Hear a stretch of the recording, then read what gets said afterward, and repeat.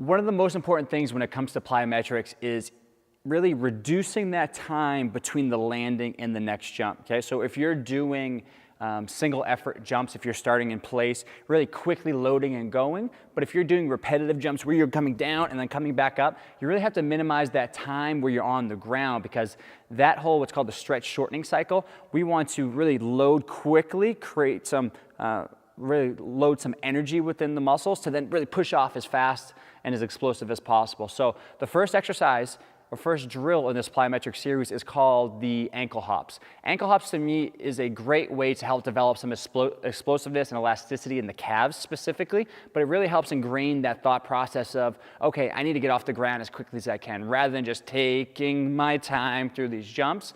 And if that is something you were doing, either work on speeding up your jumps or just realize it's not as effective as it can be by you doing a more simple exercise, but explosive. Okay, so with ankle hops, what we're going to do here is we're going to do almost an explosive calf raise. So if you start in position here, I'm going to come up, I'm going to load quickly into the calves, load into the ankle, and then I'm going to try to get off the ground as quickly as I can. So I really want to reduce that transition time, and learning that with the ankle hops, it's a very simple movement, will help carry over these principles into the more challenging drills that we do in a second. So just to see here about 8 reps, what I'm going to do, I'm going to load quick.